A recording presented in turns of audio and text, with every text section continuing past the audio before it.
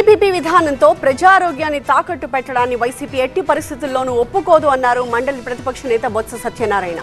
వైసీపీకి కౌంటర్ ఇచ్చిన మంత్రి సత్యకుమార్ పీపీపీ అంటే ప్రైవేటీకరణ కాదు అన్నారు. ప్రభుత్వం ఆధ్వర్యంలోనే కాలేజీల నిర్వహణ ఉంటుందన్నారు.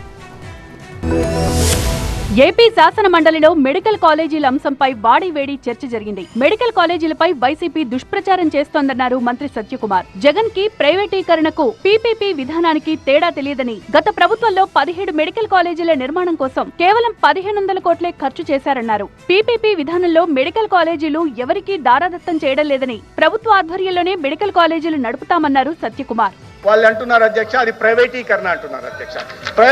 ప్రైవేటీకరణకి పబ్లిక్ ప్రైవేట్ పార్ట్నర్షిప్ కి తేడా తెలియకుండా గతంలో ముఖ్యమంత్రిగా 5 సంవత్సరాల పాటు ఒక వ్యక్తి పని చేశాడంటే ఈ రాష్ట్రం చేసుకున్న దౌర్భాగ్యం అధ్యక్ష. విద్యార్థులకి ఏ రకమైన నష్టం లేదు, గత ప్రభుత్వం తీసుకున్న నిర్ణయం ప్రకారమే ఉంటుంది కాబట్టి కొత్తగా వచ్చే నష్టం లేదు. అదేవిధంగా పేదలకి మెరుగైన వైద్యం అందించడం కూడా ఎటువంటి నష్టం లేదు.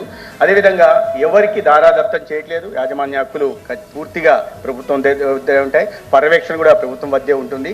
నిరంతరాయ సేవలు అందించడం కోసం తీసుకొచ్చిన విధానం ఇది కేంద్ర ప్రభుత్వం కానీ ఇతర రాష్ట్రాల్లో కానీ అవలంబిస్తున్న విధానమే కానీ కొత్తగా ఈ ప్రభుత్వం తీసుకొచ్చిన విధానం కాదు అధ్యక్ష. మెడికల్ కాలేజీలపై ప్రకటన చేయకుండా మంత్రి సత్యకుమార్ జగన్ పై వ్యక్తిగత ఆరోపణలు చేస్తున్నారని మండలిలో ప్రతిపక్ష నేత బొత్స సత్యనారాయణ అభ్యంతరం తెలిపారు. స్టేట్మెంట్ కల్పన ఆయన జగన్మోహన్ రెడ్డి గారు మాజీ మంత్రి ముఖ్యమంత్రి గురించి వాటి గురించి ఇప్పుడు ఈ సందర్భం కాదు. పులివెందుల మెడికల్ కాలేజీకి ఫ్యాకల్టీ లేక ఎన్ఎంసీ సీట్లు కేటాయించలేదని, అక్కడ పనిచేయడానికి సిబ్బంది భయపడి రాలేదు అన్నారు మంత్రి సత్యకుమార్. అక్కడ 47.5% బోధనా సిబ్బంది ఫ్యాకల్టీ డెఫిషియన్సీ ఉంది. దాని కారణంగా అనుమతి నిరాకరించారు అధ్యక్ష. దైవాంశ సంబుతులుగా అనుకుంటున్న వ్యక్తులే పులివెందులకి ఫ్యాకల్టీని తీసుకుపోలేకపోయారంటే ఎంత బాధాకరమో అర్థం చేసుకోవాల్సిన అవసరం ఉంది అధ్యక్ష. ఎందుకు మరి ఫ్యాకల్టీ పోలేకపోయారో, పులివెందులు అంటే ఎందుకు భయమో.